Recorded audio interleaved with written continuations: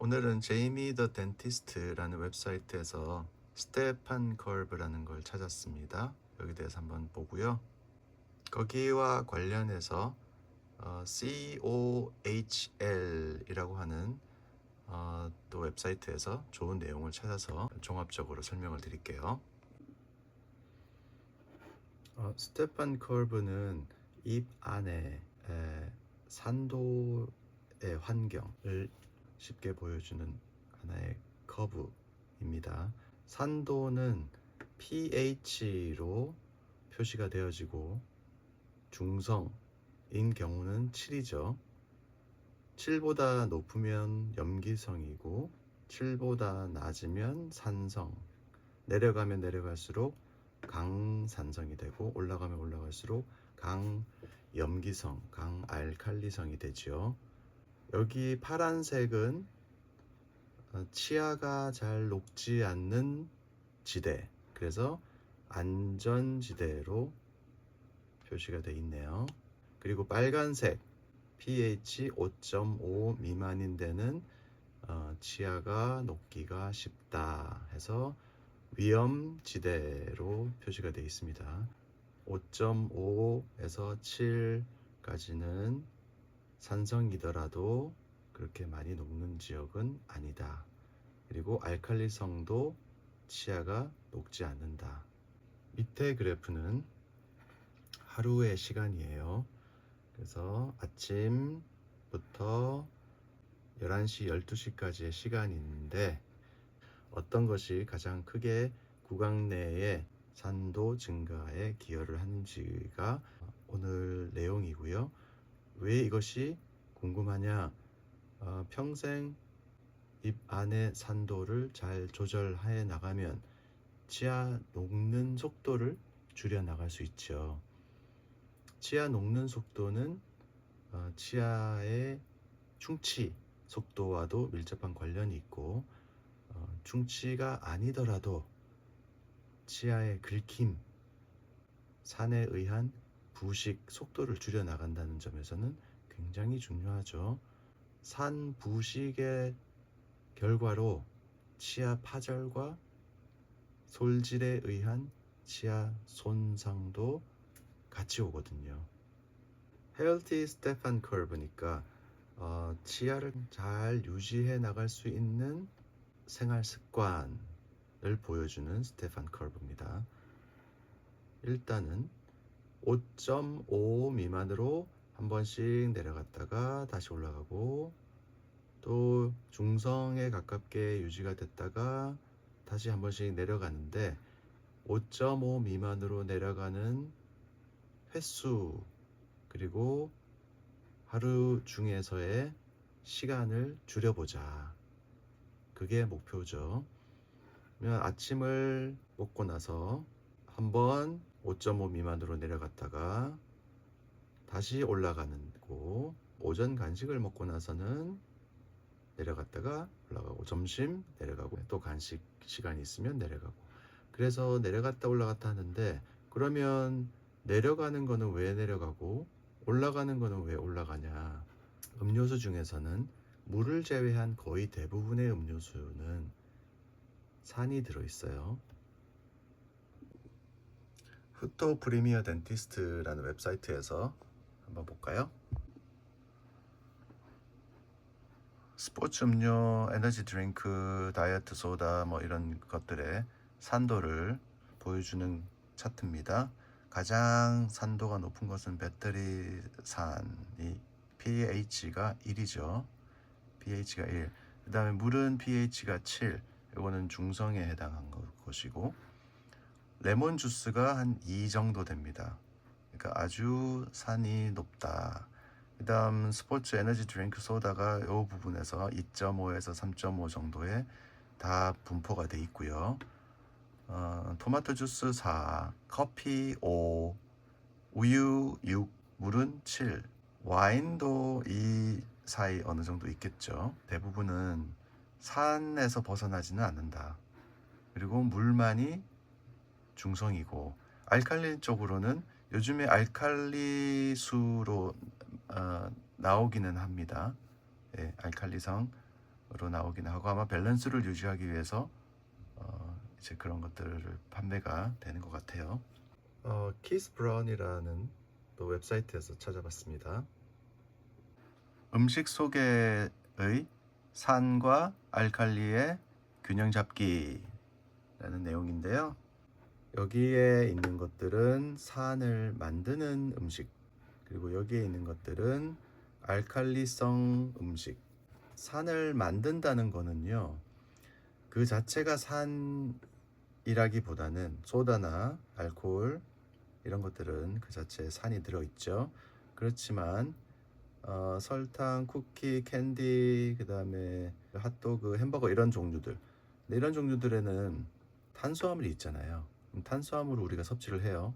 그러면 그 탄수화물을 우리도 섭취를 하지만 타액에 있는 그 효소들이 분해를 하지만 이게 타액에 있는 박테리아 또한 이걸 분해하면서 자기네들이 에너지를 쓰고 대사를 해요. 대사 결과물들이 산이에요. 덜 건강한 스테반 커브. 여기서 보여주는 이 밑에 빨간색 색깔이 면적에 해당하는 것이 우리가 음식을 한번 먹을 때 음식 자체에 산도 포함되어 있지만 산을 형성하는 재료들도 포함되어 있으니까 바로 산이 만들어지기 시작해요. 이거는 박테리아 대사의 결과도 포함되어 있죠. 그런데 우리 타액에는 산을 이렇게 중화시키는 버퍼 시스템이 있어요. 그래서 계속 산으로 놔두지를 않는데요. 이게 한번 내려간 커브가 계속 지속이 돼서 천천히 올라온다면 그러면 밑에 빨간색 면적이 훨씬 많아지는 거예요. 치아 녹는 속도는 굉장히 빨라져서 우리가 수십 년 동안 치아를 유지하기는 힘들 거예요. 그렇지만 다행히 타액 안에는 중화작용의 능력이 있기 때문에 한번 내려갔던 거는 또 올라오고 다시 서서히 중성 또는 알칼리성으로 유지를 해주고 또 이런 음식을 먹잖아요. 네, 그러면 다시 한 번씩 내려가고 또 먹으면 또 내려가고 또 먹으면 또 내려가겠죠. 그래서 빨간색 면적이 계속 커질 수 있다. 자, 그럼 어떤 음식은 알칼리성에 더 많은가 보면 여기는 알칼리 재료들, 음식 재료들이에요. 시금치죠. 브로콜리, 그린티, 상치, 샐러리, 그 다음에 여러 야채들, 그 다음에 약 알칼리에 해당하는 것들은 사과, 아몬드, 당근, 토마토. 물론 사과도 어떤 사과는 신맛이 더 많이 있으니까 산성 쪽인 경우도 있을 수 있겠죠. 사과, 캐럿, 아몬드 이런 것들이 전부 다 동일하진 않잖아요. 공장에서 만들어진 규격화된 맛은 아니니까. 그래서 어떤 과일은 더 오히려 산성일 수 있다. 오렌지 같은 경우 여기 보시면 레몬이 있잖아요. 예. 이때 보면 소다, 강산, 밑으로 내려갈수록 더 산이 많죠. 소다, 탄산음료, 치즈, 파스타, 페이스트리 빵 같은 것들, 그다음에 조개류, 비트라고 있죠. 그 보라색 야채 같은 것, 커피, 설탕, 맥주, 치킨도 뭐 산이 어떻게 조리하느냐에 따라 좀 다를 수 있겠죠. 그다음에 요리된 콩, 티, 여기 위에는 녹차가 있고요. 여기는 또 차예요. 어떻게 조리하느냐, 제조하느냐에 따라서 조금씩 달라지는 것 같아요. 그래서 생선, 달걀, 대부분의 곡류, 그리고 주스, 그 다음에 쉐이크 뭐 이런 식으로 돼 있는데 이것도 딱 정해져 있는 건 아닌 것 같아요. 커피 예를 들면 커피는 신맛이 별로 없는 커피, 쓴맛이 더 많은 커피가 있고요. 너티 플레이버 같은 게 더 많은 게 있고요. 또 어떤 커피는 과일 향, 과일 맛을 첨가해서 새콤한 커피로 나오는 경우도 많죠. 그래서 산과 알칼리는 이런 식으로 대체적으로 정해진다. 그리고 물은 중성이다. 타액도 중화되는 쪽으로 작동을 한다. 우리가 봤던 맨 처음 그래프로 다시 왔어요. 스테판 커브에서 치아의 관점에서 pH 5.5 이상이면 웬만큼은 안전하다. pH 5.5 미만이면 그때부터는 치아가 높고 pH가 낮으면 낮을수록 산에 의한 부식 속도는 더 빨라진다. 그리고 하루 동안의 변화는 이런 식으로 표현될 수 있다. 음식을 먹을 때마다 한 번씩 내려가고 내려가고 여기는 또 다른 그래프죠. Less Healthy Stefan Curve에 대해서 이거는 뭐죠? 간식을 자주 하는 사람들, 커피를 계속 마시는 사람들, 아니면 주스와 소다를 조금씩 계속 마시는 사람들, 네. 그리고 단 것도 자주 먹는 사람들. 그래서 제가 환자분들한테 뭔가 음식을 아니면 음료수를 자주 먹고 마시는 게 있냐라고 질문을 합니다. 글쎄요, 뭐 커피 하루에 한두 잔, 뭐 주스 한 잔, 뭐 가끔씩 소다 뭐 이런 식으로 하시거든요. 그러니까 결국 본인이 어떤 패턴으로 음료수나 음식을 먹고 마시는지를 잘 몰라요. 레몬즙이나 혹시 식초, 사과 식초 같은 걸 드시나요? 그렇게 꼭 집어서 물어보면 레몬즙을 자주 마신다라고 하는 분들 많고요. 레몬즙을 물에 타서 시시때때로 마시고 있다라고 하는 분들도 참 많았어요. 근데 자주 마시는 분들은 이 빨간색의 면적이 점점 커지겠죠. 제가 그분들에게 당부하는 거는 먹고 마시는 습관, 패턴을 한번 지켜보시고 자주 먹고 마시는 거는 삼가하시는 게 좋겠다.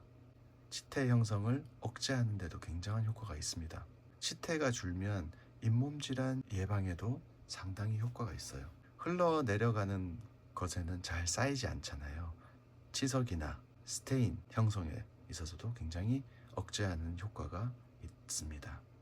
예, 스테인은 제가 다음에 또 한번 말씀을 드리겠지만 어쨌든 치아와 뭔가의 접촉 시간을 최대한 줄여주시면 어떨까.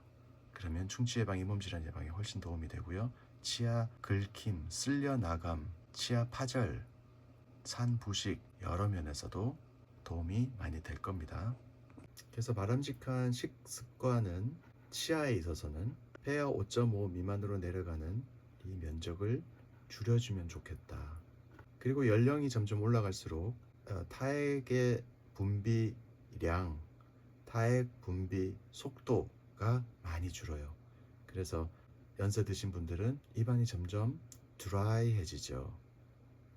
드라이해지는 경우는 씻어냄, 그 다음 타액 속에 버퍼 시스템, 아까 중화되는 역할이 기능이 있다고 그랬죠. 양 자체가 적으면 기능 또한 현저하게 줄어들죠. 그래서 물 마시기, 한 모금씩 물 마시기입니다. 한 번에 물을 많이 드시라는 게 아니에요. 한 모금씩 물 마시기를 습관화하면 굉장히 충치 예방, 잇몸 질환 예방에 도움이 됩니다.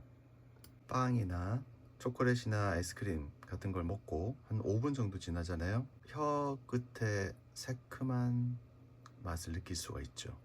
그것이 바로 박테리아에 의해서 형성된 산을 우리가 맛을 느끼는 것인데, 그 산이 오랫동안 지속되는 구강 내 부위가 또 있어요. 주로 입술 안쪽, 치아와 닿고 있는 입술 내면, 그리고 설근, 혀의 뿌리에 해당하는 안쪽 부위에서 접혀 있는 부분에서 새큼한 맛이 오래 남는 것을 여러분도 확인하실 수 있을 거예요. 그래서 물 드실 때 그 산이 가장 오랫동안 남아있는 영역인 입술 내면과 설근의 깊은 부분, 혀 뿌리의 깊은 부분에도 물이 어느 정도 기간 동안 닿을 수 있게끔 시간을 주시면서 천천히 물을 마시는 게 산 컨트롤 하는데 훨씬 도움이 될 것 같아요.